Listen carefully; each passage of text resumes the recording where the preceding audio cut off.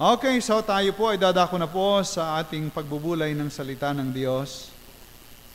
At buksan po natin ang ating banal na kasulatan sa Book of Mark, sa chapter 10. Ang istorya ni Bartimeus. Mark chapter 10, 46 to verse number 52. Okay? Nakita na ho ba nyo? Tayo tumayo at atin pong basahin ang mga talatang ito. Mark chapter 10, 46 to verse number 52. Nandiyan na ho ba kayo?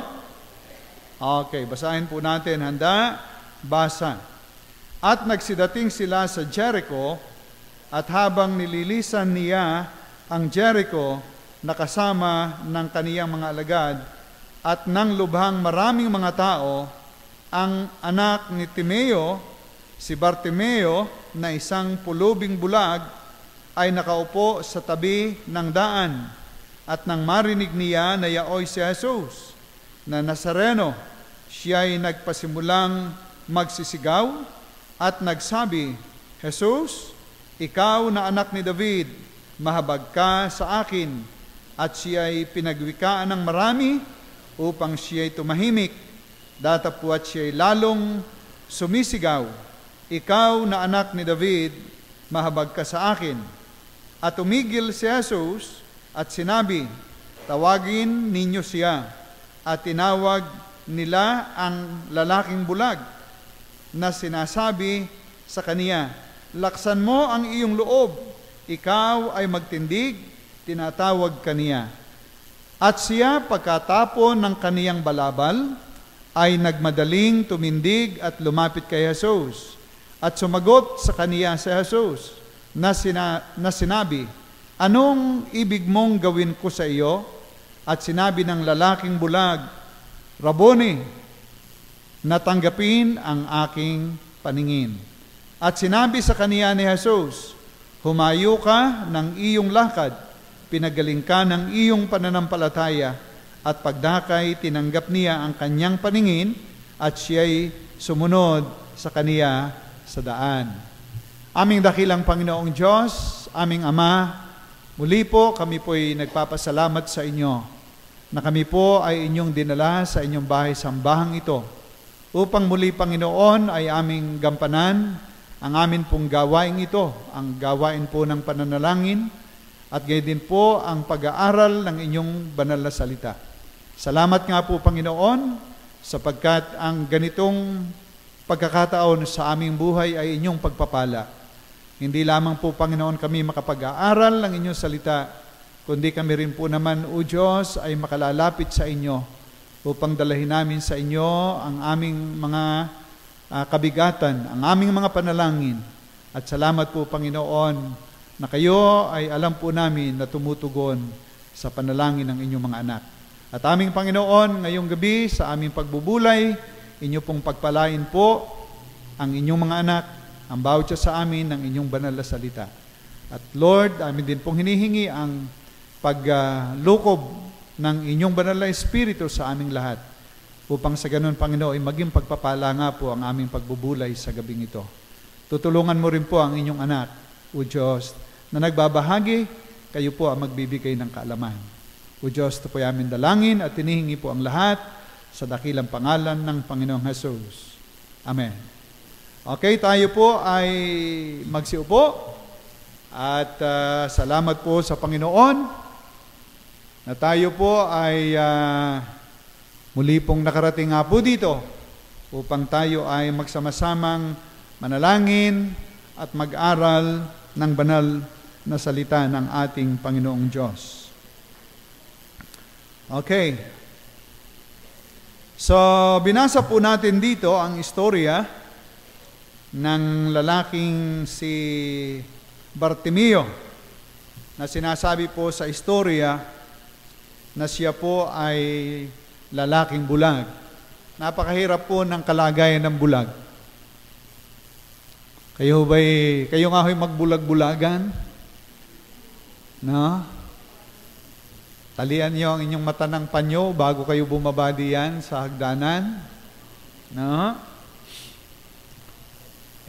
Mapapansin niyo po, napakahirap. Naalala ko po sa Quiapo nung ako'y nag-aaral pa sa Manila.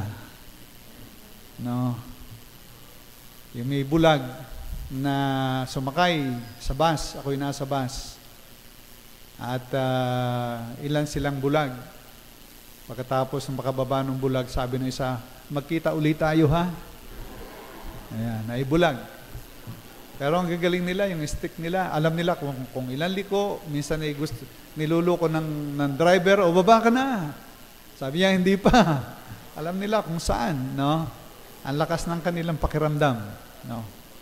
So, yung istorya po natin dito ay tungkol po sa lalaking bulag. Ngunit, makikita po natin dito, na dito po sa istorya natin, ay siya po ay pinagpala ng Diyos at siya po ay nakatanggap ng kanyang paningin. Kumbaga, hindi na siya ngayon bulag, siya nakakakita na. At ang sabi po ng talata, siya po ay sumunod kay Jesus sa daan. And I hope, hindi lang po ito basta pagsunod, kundi siya po ay nagpapasalamat na sa Panginoong Diyos. Bagaman wala yung salita ritong pagpapasalamat, yung attitude na kanyang ginawa ay pagpapahayag na siya ay grateful sa ating Panginoong Diyos. Tama po kaya? Yes, I hope. Ito po ay pagpapahayag ng kanyang pagpapasalamat sa Panginoong Diyos. So ngayon pong gabi, ang atin pong pag-uusapan ay sa paksang ang tao, the person who receives blessings from God. Ang tao na tumatanggap ng biyaya ng Diyos. Na ang taong tumatanggap ng biyaya ng Diyos. Yan po yung ating paksa. Okay. So, yun pong biyaya ng Diyos. Ano po ba ang maganda doon sa biyaya ng Diyos? Well, napakahalaga po ng biyaya ng Diyos. Ito po ay napakahalaga sa bawat isa sa atin. Amen po ba, mga kapatid? Napakahalaga po ng biyaya ng Diyos. Lalo higit sa panahon na tayo po ay nandudoon sa sinasabing kalamidad ng buhay. No? Tayo ay nandudoon sa katulad ni Bartimeo. Kung hindi man ay yung ibang klase ng buhay na masasabi nating kalamidad sa buhay natin. Marahil ay katulad halimbawa ng kahirapang pisikal. No? Bagay ang hirap mag-abot ng iyong pinag-aabot. Mayroong kang karamdaman katulad ni Sakio o ni Bartimeo.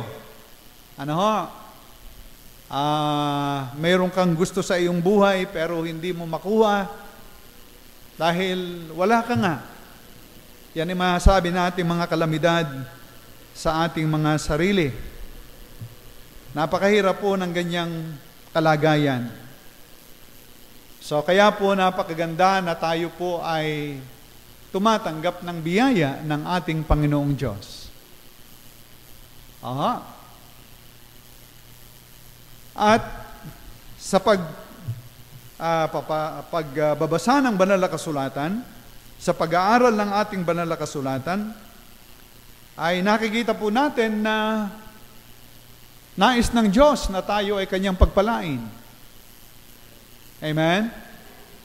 Kung paano tayo mga magulang ay nagnanais na kung meron lang tayong kaya, ay ibigay natin yung lahat ng ikatitimawa, no? Ng anak, no? Ay gagawin mo. Gusto mong suportahan siya. Kung meron lang sana ako nito, meron ako nito, meron ako nito. Ay gagawin mo ang lahat ng yon. Na tao, bilang ama, bilang magulang. Much more ang ating Panginoong Diyos. Tama po ba? Aha. At nakikita rin naman natin yan sa pamagitan ng kaniyang biyaya sa atin sa araw-araw, yung sikat ng araw, ay kapahayagan ng pagbibigay ng biyaya ng Diyos. Napakahirap na tayo po'y walang araw maghapon. Na? Meron daw pong bansa na 3 buwan bago umaraw. Yung kinikwento ni Pastor Laritan, no? Na kung kaya nagkakaroon ng pagkabutas yung ozone layer, ay dahil po nung walang araw doon sa area. Kung yung natatandaan yung kanyang binanggit na yon, na yung sinasabing global warming, ikalukuhan lamang. No? At meron daw butas yung ozone layer, na yun pala na may sadyang nangyayari dahil nga nung wala yung araw. Pero pagka nagkakaroon na ng araw, nadidevelop uli yung oxygen at muling natatakluban yon. So, pananakot lang. No? But we are so grateful to God na meron tayong araw na ating nakikita. At yan po ay biyaya sa atin ng ating Panginoon. So, napakaganda po na tayo po'y tumatanggap ng biyaya at pagpapala ng ating Panginoong Diyos. Yan po ang hinahangad natin at hinahangad din po ng ating Panginoon. Dito nga po sa istorya ay ating nakita po rito si Bartimeus na siya nga po'y tumanggap ng biyaya mula sa Panginoong Diyos. Na I believe, buhat nung kanyang natanggap ang pagpapalang ito ay nagbago na po ang kanyang buhay. No? Wala nang ibang istorya na another Bartimeo. Meron pa pala doon sa ibang libro, sa Matthew siguro. Pero yun din. No? Yun ding istorya ngayon. Pero ang presumption po natin pagkatapos ng ganong karanasan ay nabago na nga po ang kanyang buhay, marahil naging masaya na siya, naging colorful na yung kanyang buhay, nakikita na niya ang mga biyaya ng Panginoong Diyos, nagpupuri na siya sa Panginoong Diyos.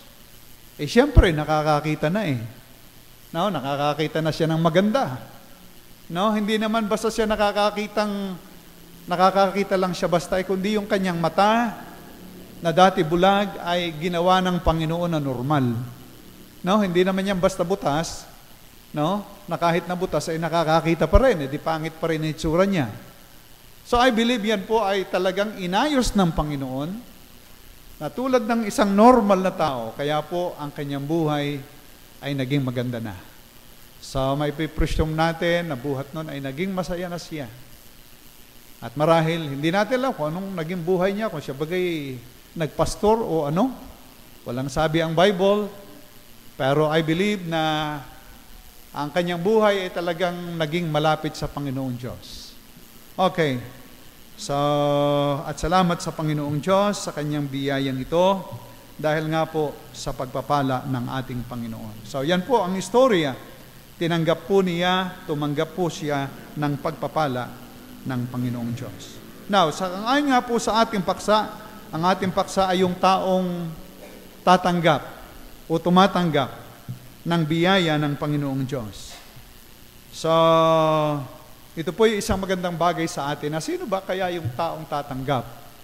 Ngayon, matagal na si Bartimeo, siyempre, ang gusto nating sabihin ay tayong mga mananampalataya sa panahong ito.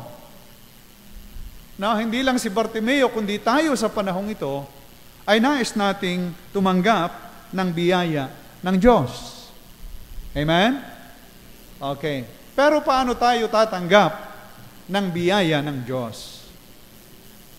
Mula po dito sa istoryang ito ni Bartimeo, ay atin pong sisilipin kung bakit po si Bartimeo ay tumanggap ng biyaya ng Diyos. Sana'y tayo rin po ay tumanggap ng biyaya ng Diyos.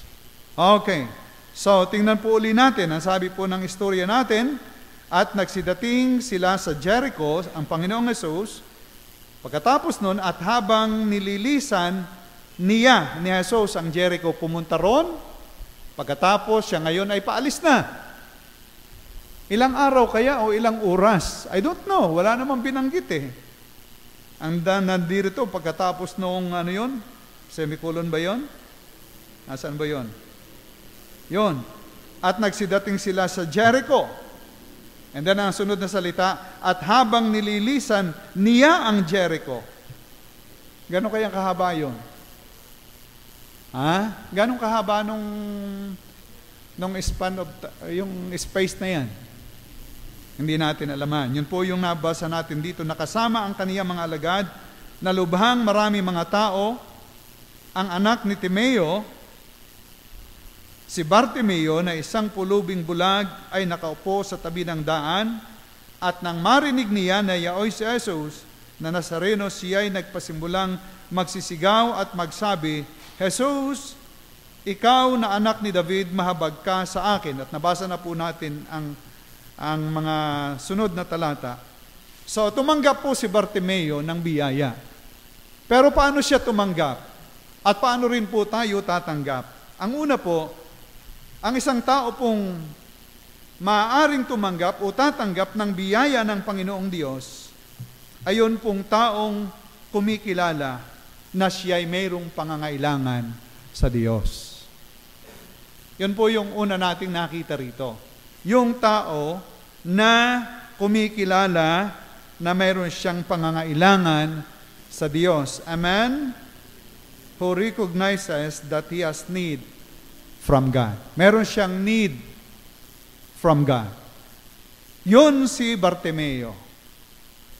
Taong kumikilalang mayroon siyang pangangailangan sa Diyos. Alam po niyo mga kapatid, tayo po'y may mga pangangailangan. Pero dapat po nating makita ang Diyos sa bagay na ito. No? Sabi ng Panginoon, wala naman kayong magagawa eh. At maraming mga beses na tayo po'y nagsisikap sa ating sariling lakas at kakayanan, pero wala naman tayong lakas. No? Pero katulad ni Bartimeo, wala siyang kakayanan, pero anong kanyang ginawa? Siya ay lumapit, kinilala po niya ang Panginoon sa buhay niya. So mga kapatid, ito po yung isang katotohanan sa buhay natin. Gusto mong ikaw ay tumanggap ng biyaya ng Diyos, kilalanin mo ang Diyos sa buhay mo. Kilalanin mo ang Diyos sa buhay mo. Huwag mong tanggihan. Huwag mong kalimutan ang Diyos sa buhay mo. Siya yung nagpapala sa atin. Siya yung nagpapaulan, nagbibigay ng ating kalakasan sa araw-araw, at marahil at this time ay meron kang kailangan mo, naririyan ang Panginoong Diyos. At yan po isang bagay na dapat nating makita sa ating buhay. No? Minsan po, ang nakakalungkot, alam nating meron tayong kailangan. Kayo ba'y may kailangan? Pero anong ginagawa natin? Napunta tayo sa manghuhula. Yung nga ikang tingnan ng palad ko. No? Anong ginagawa natin? So sa halip na tayo ay lumapit sa Panginoon, ay tayo po'y tumatalikod sa Panginoon. Alaala ko po yung isang hari sa Old Testament na may sakit, na siya ay, sabi niya, ako nga ay ipagtanong mo doon sa isang witch, kung ako'y gagaling. Natatandaan nyo, nabasa nyo yung istorya ngayon? Sa aking karamdamang ito. At yung kanya sinugo ay umalis, at siya ay sinalubong ni Elisha or Elijah, no? At ang sabi doon sa lalaking yon, dahil ba walang Diyos sa Jerusalem, kaya ako ay pupunta roon sa mangkukulam na yon. Nabasa ba niyo yon? No? Ang sabi sa kanya nung propeta, sabihin mo sa amo mo, mamamatay na siya. Hindi siya gagaling. No? Alam niyo, minsan tayo'y ganun eh. So alam natin ang Diyos ang ating katugunan sa lahat ng ating mga dalahin ay kung kani-kanino tayo lumalapit. Kung saan tayo pumupunta. Pero ito pong si Bartimeo ay nakita niya sa kanyang buhay. Nung marinig niya ang Panginoon, siya'y sumigaw na, Jesus, anak ni David, maawa ka sa akin. Naroroon po yung pagkilala niya sa Panginoon. At yun po yung itinuturo sa atin na dapat ay hindi po natin iniiwan ang Diyos sa ating buhay. Ano po ang sabi ng 1 Peter 5:7? Casting all your care upon Him, na ating ilagak sa Kanya ang lahat ng ating kabalisahan, sapagkat tayo ay Kanyang ipinagmamalasakit niya. Yan po ang sabi ng banal na kasulatan. No? Ating ilapit sa Panginoon ang ating mga kabalisahan, mga worries natin. Meron ba kayong mga worries sa buhay? Okay, kung ano-ano yun, marami yun. Kung ano yun, ano? Ako, meron, hindi ko na lang tatanungin. Alam ko, yung iba diyan, kung ano ang worry ninyo. Yung iba, walang pera. Yung iba, ano kaya? Okay. So, pero ang sabi ng Panginoon, inyong dalahin sa akin ang lahat ng inyong kabalisahan sapagkat kayo'y ipinagmamalasakit ko. James 4 verse 2. Ano ang sabi ng talata? Ye have not because ye ask not. Hindi kayo humihingi sa akin, kaya hindi kayo tumatanggap. Yan po ang sabi ng talata. So, si Bartimeo ay tumanggap ng biyaya ng Panginoon sapagkat kanyang kinilala ang kanyang pangangailangan sa Panginoon. So mga kapatid, that should be our attitude about God. Dapat natin kinikilala ang Panginoon sa ating buhay. No? Siya ang number one sa ating buhay. Siya ang kinakailangan natin sa ating buhay. Okay? So yan po yung unang bagay na nais ko pong ibahagi sa atin. Dapat po nating kilalanin ang Diyos na nasa sa Kanya ang ating mga pangangailangan. Kinikilala natin na nasa sa Panginoon ang ating pangangailangan. Huwag nating hanapin kung saan. Hanapin natin sa Panginoon. No? Okay? Sa Kanya tayo lumapit. Sa Kanya tayo humingi. Tayo Kanyang pagpapalain. Number 2. Mula pa rin po sa istoryang ito na atin pong binasa. So, ang sabi po ng ating talata, verse 47. Basahin natin ang verse 47. Siya po'y nasa tabi ng daan. Sabi po ng verse 46, sat by the highway side begging, nanghihingi. Okay, sa Tagalog wala yung nanghihingi. At ang sabi po rito, at nang marinig niya si Jesus, and when he heard that it was Jesus of Nazareth, he began to cry out and say, Jesus, thou son of David, have mercy on me. Okay, nais ko pong pansinin yung salitang when he heard. Okay, ano po yung nakita natin dito? Pangalawa po, na pinagpapala po ng Diyos ay yung taong kumikilala ng oportunidad sa biyaya. It is a man that recognizes the opportunity in the blessing of God. Kanyang kumikilala siya doon sa pagpapala ng Diyos, sa biyaya ng Diyos. Ano po?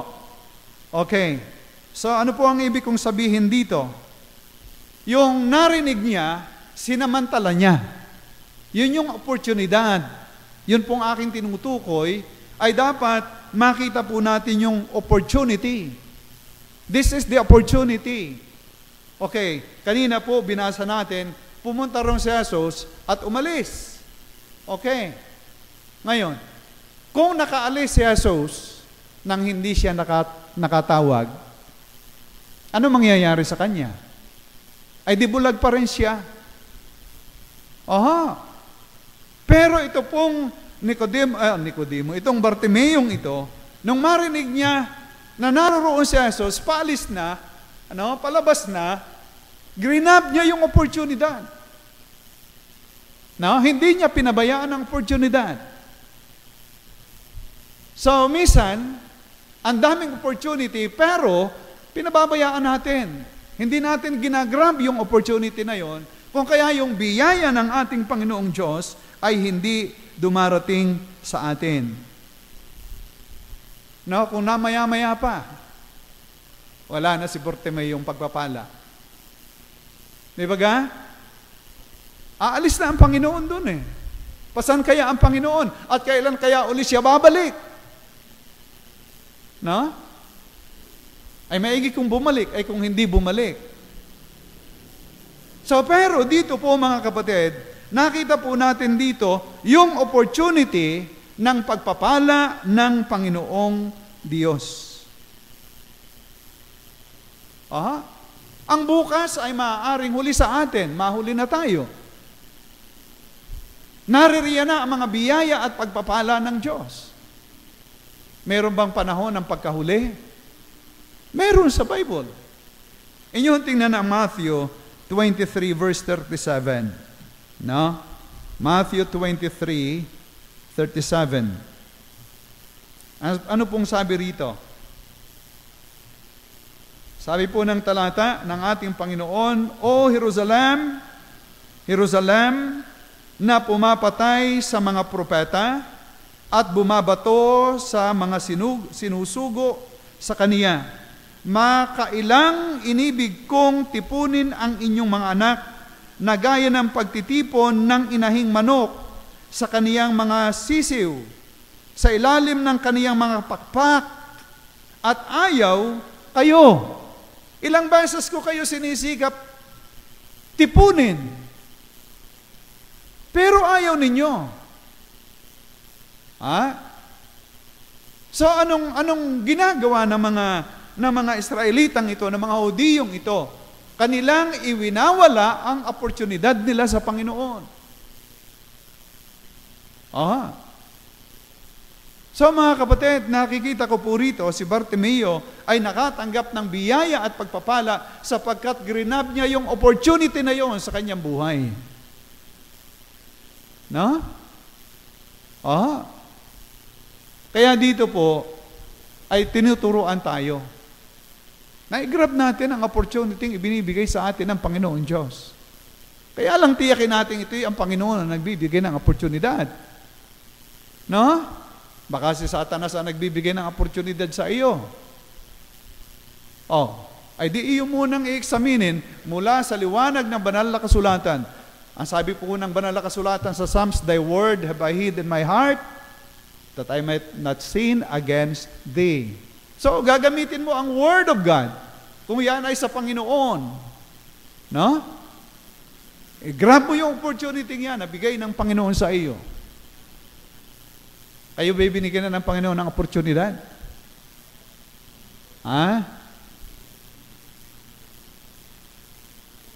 Kayo ba'y nabigyan na o hindi pa? Ayaw ko kung nabigyan na kayo. O baka naman matagal na nakaraan. O ilang beses nang dumaan, pero hindi nyo ginagrab ang oportunidad na yon. Kaya, ganun pa rin ang buhay.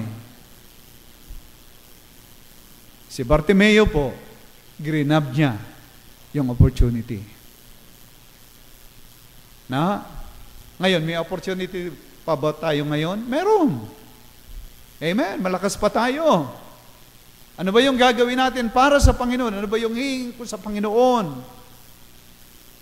At igagrab ko yung opportunity yan upang ako'y mapagpala ng Panginoong Diyos. No? Sino pang naalaala natin grinab niya yung oportunidad? Si Jacob. Nung siya ay natutulog. No? Nagising siya, naroon yung isang angel of the Lord, na yun ay ang Panginoong Hesus.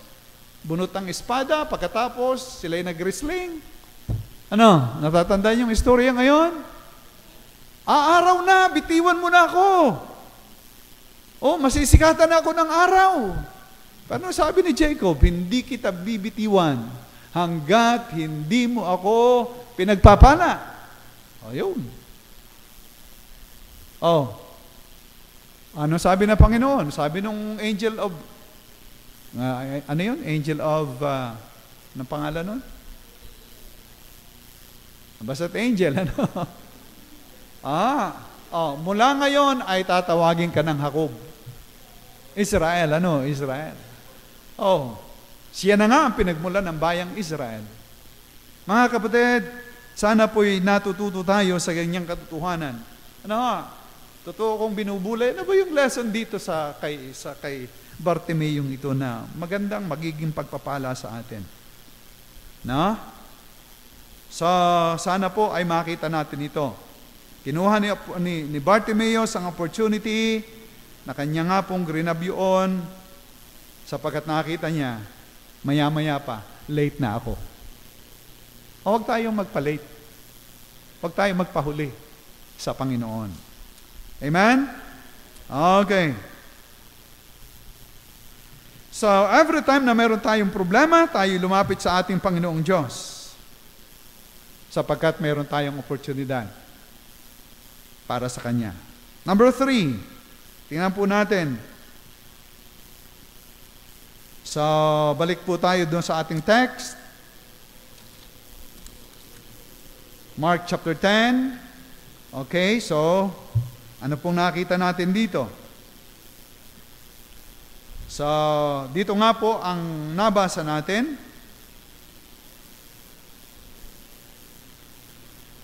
Nung marinig niya ang Panginoong Jesus, ay siya'y sumigaw at nagsabi, Jesus, ikaw na anak ni David, mahabag ka sa akin. Okay? And then sabi po rito sa verse 49, tumigil si Jesus at sinabi sa kanya, tawagin mo siya.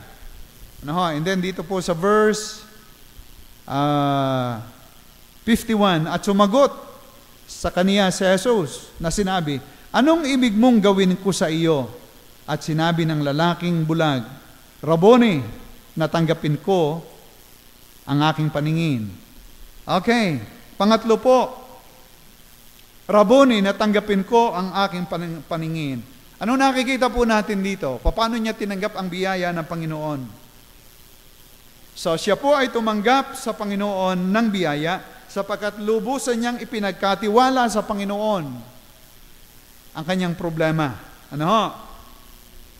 So, it is the man who truly put his confidence in God.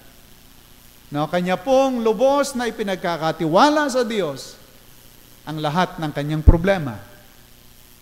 No? Panginoong Jesus, pagalingin mo ako. Ako'y lubos na nagtitiwala sa iyo. Okay, so yun po ang kinakailangan po natin. Hindi po siya nagkaroon ng doubting sa kanyang buhay. Ito ang Panginoon, no? Siguro narinig niya ito sa kanyang sarili tungkol sa Panginoon. So wala siyang agam-agam. Jesus, ikaw na anak ni David. Ako po'y inyong pagalingin. No? Hindi siya nag-alinlangan. At yun po ang kinakailangan po natin sa ating buhay. Alam po niyo, ang sabi ng banal na kasulatan, kung tayo po'y mag-aalinlangan, doon sa James chapter 1, ay huwag tayong umasa na tayo ay tatanggap ng anumang bagay sa Panginoon. So, ilagay po natin sa Panginoon ang atin pong tiwala. Asahan natin ang Panginoon. So, meron tayong andaming pasanin sa ating buhay. Kami meron, kayo meron. Sinong mayroong problema? Meron ba kayong problema? Baka naman wala. Baka kami lamang. Ha? Well, alam ko marami sa atin ang mayroong problema. Pero, si Bartimeo, ipinagkatiwala niya sa Panginoon ang kanyang problema. Lord, kaya mo kong pagalingin. No? At yan po ay makikita po natin dito sa talatang ito. Yung pananampalatayang iyon ay kanyang pinagtiwalaan ng Diyos. At napakaganda po makita natin ang ganong bagay. Tayo po'y magtiwala sa Panginoon. Tayo po'y umasa sa Panginoon ng lubusan. Naririyan yung banal na kasulatan. Minsan yung ating hinihingi ay hindi agad natin nakakamtan. Pero tayo po'y patuloy at patuloy na umasa at tumawag sa ating Panginoong Diyos. No? Sabi nga nung ating pag-aaral last time, nung si Brother Joseph, anong sagot ng Diyos? Yes, wait, and no. No? Yes, di agad na naririyan. Wait. Ay di maghantay ka ng kung ilang araw, kung ilang buwan, o taon. Ay yung no, di understood na talagang hindi pwede, hindi kalooban ng Panginoong Diyos. No? Pero kung alam natin na yan ay kalooban ng Diyos, asahan natin siya'y tutugon. Kaya po palagi ako nagpipray, Lord, ito po yung mga talata mo mula sa banal na kasulatan. Kinukot ko sa Panginoon, Lord, ito po yung mga sinasabi mo. Kaya't ako'y nagtitiwala sa iyo. No? Sinabi mo, Panginoon, yan. Matthew 7:7, tumawag ka, kumatok ka, no? Humingi ka, ikaw ay bibigyan. Luke 18, naroon yung babaeng ilustrasyon ng ating Panginoon sa foolish judge. Walang pitagan, pero nagpilit. Tinugon ng judge, at pagkatapos sabi sa talata, lalo pahigit ang inyong Ama na nasa langit. Certification na ang Diyos ay tumutugon. No? Kaya po, patuloy po tayong magtiwala sa ating Panginoong Diyos. Okay? Kung nagtatagal man, patuloy lang. Baka mayroong dinidevelop sa atin. No? Ay dapat tayong nadidevelop sa Panginoon. Baka hindi pa tayo nasusubukan ng Panginoon, hindi pa natin nasusubukan ng Panginoon, hindi pa tayo nasusubukan ng Panginoon. Ikaw na may magaling laong humingi, pagka naman naibigay ko sa iyo, wala ka na. No? Minsan pinagsasuffer muna tayo ng Panginoon na medyo mahirap-hirap na pagdadaanan para sa ganoon lalo tayo magtiwala sa Panginoong Diyos. No? Lalo tayong umasa sa Panginoong Diyos. Yung sa istorya dun sa Diyan, nung namatay si Lazaro, ano sabi nung dalawang magkapatid? Panginoon, kung narito ko lang sana. Sana hindi namatay ang aking kapatid. No, sinisisi ang Panginoon. Pero, hinayaan ng Panginoong mamatay, ay kanyang binuhay, the more na naluwalhati ang Panginoong Diyos. The more na nakita niyang, hindi basta itong Jesus na ito. Ngayon, minsan pinadadaan tayo ng Panginoon na maraming mga sufferings, hardship in life, sapagkat meron siyang dinidevelop sa atin. Anak, hindi ka pa marunong manalangin eh. Hindi ka matyaga. Anak, selfish ka eh. Kung ano-anong dahilan ng Panginoon. No? So, minsan tayo pinadadaan sa ganung bagay. Kanina ako'y nakikinig ng preaching tungkol kay Abraham. Ang sabi ng preacher, binabasa natin na parang napaka-iksi ng istoryang ayon, pero maaaring, sabi, from 50 years to 60 years, mahabang taon yon, walang pakikipag-ugnayan ang Panginoon kay Abraham. Marahil sinasabi ni Abraham, Panginoon, nasa saan ka na baga? Katagal mo na akong hindi kinakausap. Di ba ga? Minsan tayo pinadadaan ng Panginoon sa ganung pagkakataon sa ating buhay upang ma-develop yung ating pagtitiwala sa Panginoon. Ano po ang sabi ng Psalms 37, 3-6? Maganda po yung talatang ito, 37, 3-6.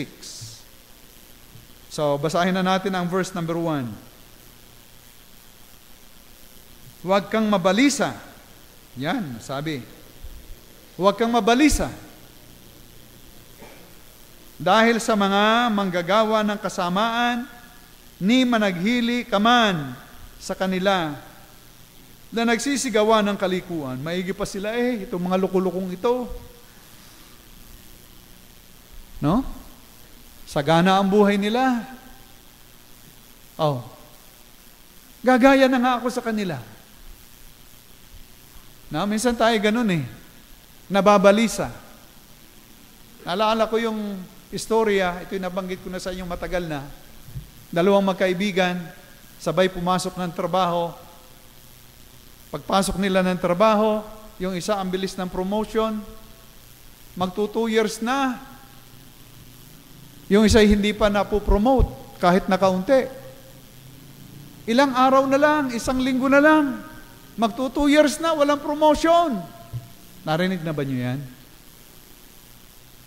Yung aking ilustrasyon na yan, ay mas malilimutin kayo kaysa sa akin. Nasabi ko na yan dito eh. Alam nyo, siya'y nainip. Nung isang linggo na lang, magto 2 years na siya. Nandaya na siya. No? Hindi niya alaman na pinagmamasdan siya ng mismong may-ari ng kumpanya. Sabi niya, sayang! Sana ikaw ang ilalagay ko kasunod sa akin. Sayang. No? Sayang. No? Minsan ay tayo sinusubok ng Panginoon upang ma-develop yung ating pagtitiwala. Ano ang sabi dun sa talata? 3 to 5. Hanggang 6 na. Tumiwala ka sa Panginoon. Ano sabi? Tumiwala sa Panginoon. At gumawa ka ng mabuti, tumahan ka sa lupain at gawin mong kumain sa kanyang pagtatapat. Tumiwala, yun po ang unang instruksyon. Ang sabi ng verse number 4, magpakaligaya ka naman sa Panginoon. Delight thyself also in the Lord. No? Ika'y magpakaligaya sa Panginoon. Ano pa sabi ng verse 5? Commit thy way unto the Lord. Trust also in Him. Yan yung mga instruction eh. And then kung ating babasahin yung mga dulo noon, and He shall give thee the desires of thine heart. Yan po ang sabi. And He shall bring it to pass. No? And then ang sabi ng verse number 6, and He shall bring forth thy righteousness as the light, and thy judgment as the noonday. Yan na, naririyan eh. So, trust, sabi, delight, commit. Meron pa sa verse number 7, rest in the Lord. Umasa ka sa Panginoon, magpahinga ka sa Panginoon. May biyaya ang Panginoon. At bibiyayaan ka ng Panginoon. Lord, ang tagal ko naghintay sa iyo. Wala pa. Maghantay ka pa. No?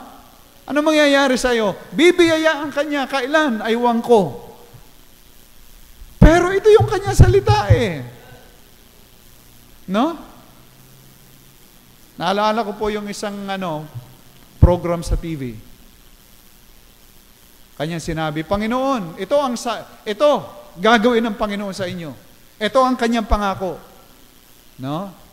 Sobra yung kanyang sabi. Panginoon, ito ang sinasabi ko sa kanila. Pag hindi mo ito ginawa, mapapahiya ang pangalan mo. No? Ganyan yung kanyang dating. At yung patutuo niya, ginawa ng Panginoon. So, magtiwala tayo sa Panginoon. Okay, number 4 and the last. Number 4 and the last. Verse 48. Balik po tayo. So, doon po sa Mark, chapter, ano yun? 10. Okay. Verse 48. Ano po ang sabi ng talata? Ang sabi po ng talata, at siya'y pinagwikaan ng marami upang siya'y tumahimik. Yan po ang ating puntos. Na yung taong tumatanggap ng biyaya ng Diyos ay yung taong nakikipag-wrestling laban sa mga odds ng buhay. No? Problema ng buhay. Pinipigilan siya. Tumigil ka riyan, huwag kang magsalita. No, ang dami nating problema eh. So, yan yung sumisigaw marahil sa atin ngayong panahong ito. Yan yung pumipigil sa atin. Katulad ng mga taong yun, huwag kang maingay diyan, tumahimik ka riyan. Pinatatahimik tayo ng kung ano-anong mga bagay sa buhay natin. Pero hindi siya nagpapigil. Amen? So, ito po yung tao na nakikipag-wrestling sa odds ng kanyang buhay. No? It is a man that wrestles against the odds of life. Kung ano man yung bagay na yan, naririyan ang Panginoong Diyos. No? Kayo mga tao kayo. Ano sabi rito ng talata? No? Ang sabi po ng talata, datapwat siya'y lalong sumisigaw. No? Sabi sa English, but he cried the more a great deal. Lalo pa siyang pumalakat. Ano ba yung palakat? Napalakat na ika eh. Lalo na siyang sumigaw. Lalo na siyang nagsisigaw, lalo na siyang tumawag. Hindi siya nagpapigil. No? Ano ba yung pumipigil sa atin? Ano yung pumipigil sa iyo? Na parang sinasabi sa iyong, huwag ka nang umasa sa Panginoon. Huwag nating hayaan. No? Si Bartimeo ay hindi nagpapigil. At napakasarap po na maranasan natin ang biyaya ng Panginoon. No? Pagkatapos ng mga hirap na yon, ang pinagdaanan natin iyon, nakita natin yung kanyang pagtugon, sasabihin natin, Lord, thank you very much. Salamat po sa inyo ng marami. Purihin po kayo. Ano? At yan po ang naging buhay ni Bartimeo. So sana po napagpala tayo ng buhay ni Bartimeo. Amen? Panginoon namin Diyos, salamat po sa inyo ngayong gabi sa amin pong pag-aaral ng inyong salita. Tunay po, Panginoon, nasalamin po namin dito ang maaaring maging buhay po namin upang kami po, Panginoon, ay inyong mapagpala. Tunay nga po, Panginoon, kayo ang Diyos ng pagpapala. Kayo ang nagpapala sa amin ng lahat ng mga biyaya. But Lord, meron po kami mga hinihingi sa inyo na hanggang ngayon, marahil ay hindi pa namin natatanggap. Pero salamat po, Panginoon, sa halimbawa ni Bartimeo, na siya po ay inyong pinagpala sapagkat siya'y matatag na nanangan sa inyo, matatag na ipinaglaban niya ang pagtawag sa inyo. Aming Panginoon, narito po kami, ang bawat siya sa amin, kayo nga po ang siyang patuloy na kikilos sa aming buhay. Ito po yung aming dalangin na may pagpapasalamat. Inihingi po ang lahat sa dakilang pangalan ng Panginoong Hesus. Amen at amen.